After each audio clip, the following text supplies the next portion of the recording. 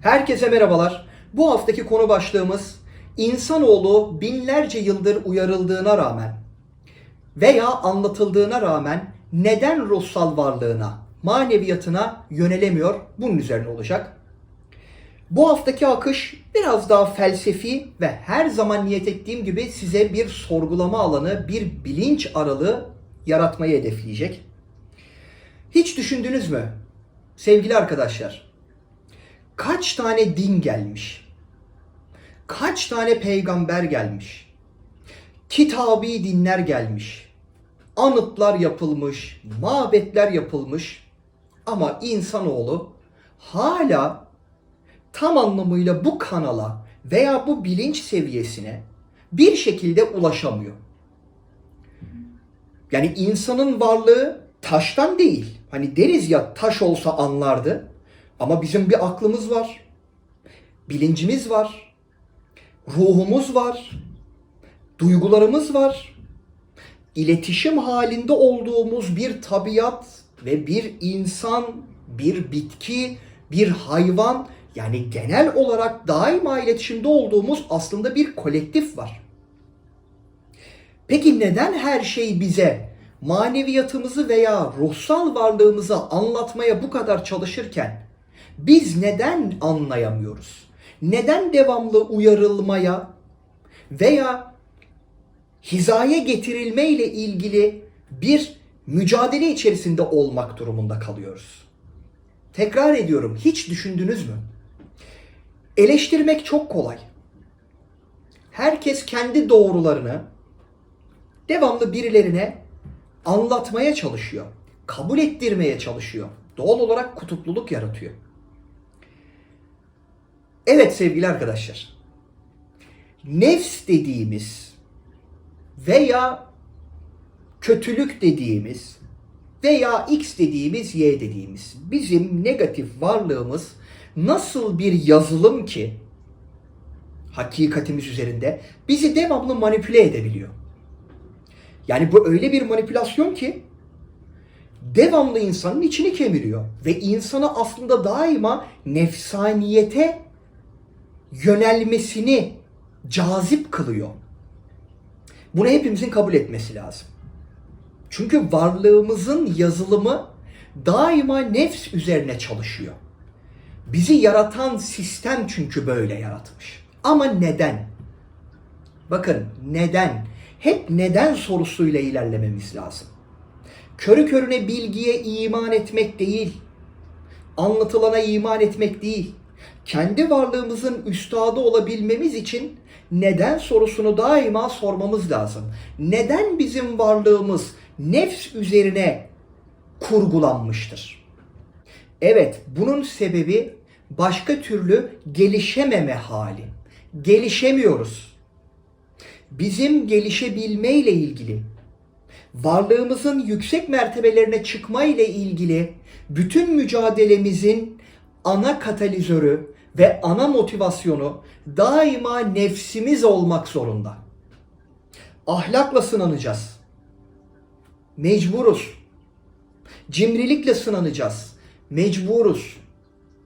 Cinsellikle sınanacağız. Mecburuz. Parayla sınanacağız. Mecburuz. Bunlarla ilgili mücadelemizin sebebi, mücadeleye özne olan olayın hakimi olabilmemiz için sınandığımız her nefsaniyetle ilgili yansıma bizim merdivenlerimizin basamaklarını oluşturuyor. Yayının başında konuyu tanıtırken yani neden bir tane din göndermemişler? Ya bu insan bu kadar aptal olmaması lazım. Ya biraz felsefe yapalım bunun üzerine. Yani aklı olana, fikri olana bir tane din gönderilir. Tamam ya. Yani aklınız var, fikriniz var. Öğrenin, anlayın. Ama yeterli olmamış. Kültür değiştikçe, dönem değiştikçe, bakış açıları değiştikçe günümüzün tabiriyle gelen din bir şekilde güncelleme almış, update olmuş ve yenisi gelmiş. Yani buradaki mesaj sizce ya bu insanoğlu ne kadar aptal, bir türlü anlamıyor. Ya durmadan bunlara din gönderiyoruz. Eninde sonunda anlarlar herhalde diye göndermiyorlardır. Dönüşüm içerisinde bir değişim varsa bu değişime ait de bir dönüşümün parçası olmamız lazım. Peki bu parçanın olma hali bize hangi noktada bir meşale tutacak? Bunu sadece dinler üzerinden söylemiyorum sevgili arkadaşlar. Sosyal olarak bakalım, günümüzdeki olan olaylar üzerinden bakalım. Bir türlü akıllanmıyoruz. Bir türlü zarar gördüğümüz şeyler üzerine zarar görmeme halini inşa edemiyoruz. Fiziksel olarak da, zihinsel olarak da, duygusal olarak da, ruhsal olarak da. Doğru mu? Yani benim bu söylediğime şu anda hayır dediğin gibi değil diyebilecek bir kişinin olabileceğini düşünmüyorum. Çünkü bu tamamıyla bu konularla ilgilenen veya ilgilenmeyen hiçbir önem atfetmeksizin tamamıyla önümüzde. Ve dönüp dolaşıyoruz. Neden? Neden aşamıyoruz bu cendereyi? Neden bu baskın nefsaniyet üzerine çıkamıyoruz? Çünkü sevgili arkadaşlar insan kendi üstadı olma ile ilgili radikal bir dönüşüm içerisine girmediğinden dolayı. İradesini kendini yükseltmek üzerine değil, kendi hayatını farkındalıksız bir şekilde yaşamasından kaynaklanıyor. Düşünün, bana hak vereceksiniz. Bizler ışık varlığıysak, bizler ruhsal varlıklarsak, bizlerin bilinci dünyadaki olanı ve tüm evren sisteminde bir realite yaratıyorsa, insanın bu kadar düşük bir seviyede olmasının sizce sebebi nedir? Nedendir? Çünkü kendiyle mücadele etmemesinden, onu aşağı çeken tüm nefsani veya negatif duygularla mücadele edip kendi varlığındaki hakikati anlama ile ilgili mücadele içerisinde olmamasından. Biraz önce de söyledim. Sınanmak dediğimiz şey veya imtihan dediğimiz şey bitmeyecek. 5. boyuta geçsek de bitmeyecek. Uzaylı varlıklar gelse de bitmeyecek. Zengin olsak da bitmeyecek, fakir olsak da bitmeyecek.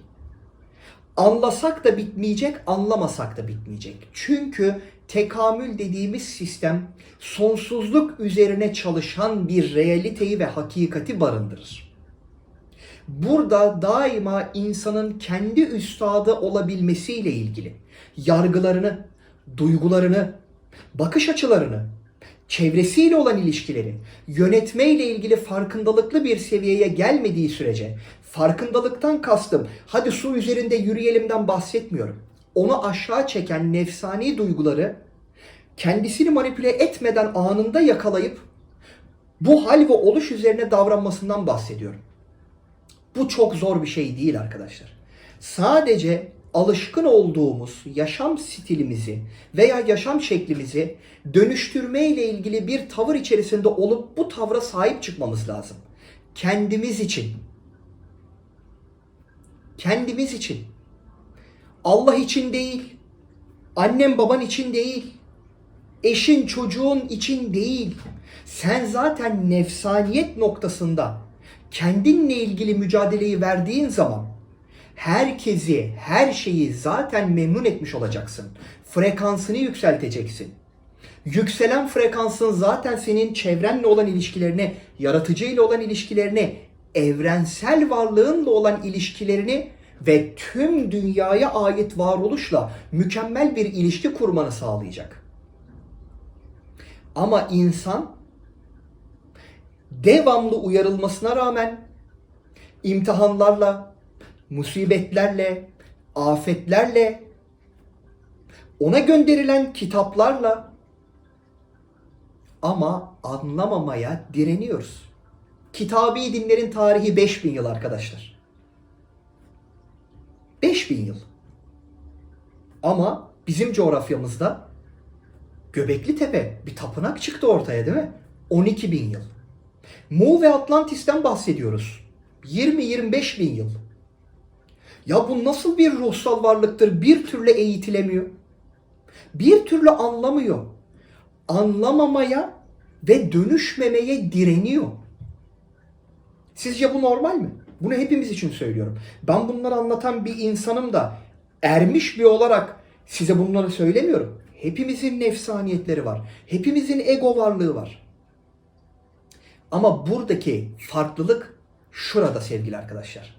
Ne kadar bununla ilgili bir mücadele içerisindeyiz.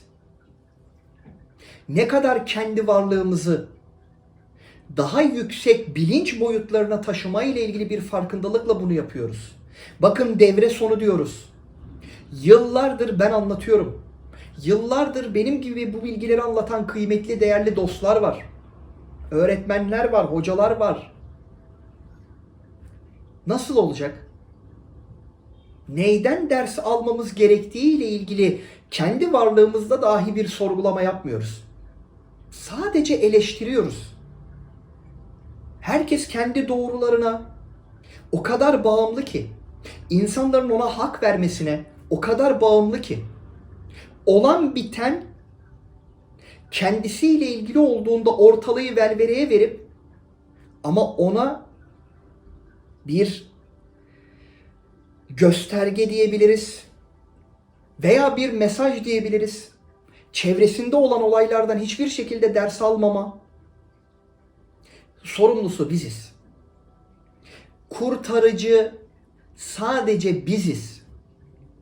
Mesih bilinci dediğimiz şey, bu anlattığım şeylerin farkına varmanın bizzat karşılığıdır. İnsanın kendisiyle ilgilenmesidir. Kendi varlığını dönüştürmesidir. Kendi varlığına sahip çıkmasıdır. Verilen bilginin ve verilen mesajın farkında olup bu yolculukta onları kendisine yoldaş yapmasıdır. Biz anlamamaya direndikçe evren bize anlatana kadar katlaya katlaya üzerimize gelmeye devam edecek. Bakın günümüze. Bunlar daha başlangıç. Sakın demeyin. Ya Murat, sen devamlı korku unsuru üzerine konuşan kişileri eleştirirdin. Ama insanın korku illüzyonunu aşması lazım.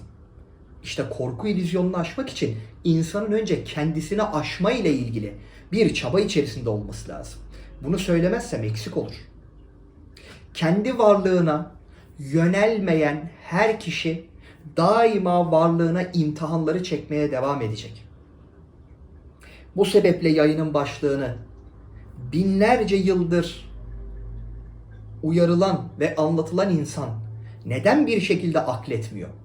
Nefsaniyet yazılımı içeride çok baskın çalıştığı için. Kendimizle mücadele etmek zorundayız sevgili arkadaşlar. Bu konu başlığı ile ilgili anlatacaklarım bunlar. Umarım her zaman temenni ettiğim gibi sizde bir düşünce aralığı ve düşünce alanı yaratabilmişimdir. Kendi varlığınıza sahip çıkın. Ruhsal varlığınıza sahip çıkın. Bizler dünyayı değiştirecek olan bilinçleriz. Ruhlarız. Dünyadan ibaret olan varlığımıza tutundukça dünyanın bizi bırakması ile ilgili ve bizim ondan kopmamızla ilgili, bunu materyalist bir mantıkta bakanlar için söylüyorum, sistem kendisini hatırlatmaya yıkıcı bir şekilde, kayıplar verici bir şekilde, bütünsel veya bireysel kıyametini yaşatmaya devam edecek. Buradaki kıyamet, kıyam kökünden gelen uyanıştır sevgili arkadaşlar. Bu haftalık bu kadar. Haftaya inşallah tekrardan görüşmek üzere. Kendinize çok çok iyi bakın. Sevgiler diliyorum.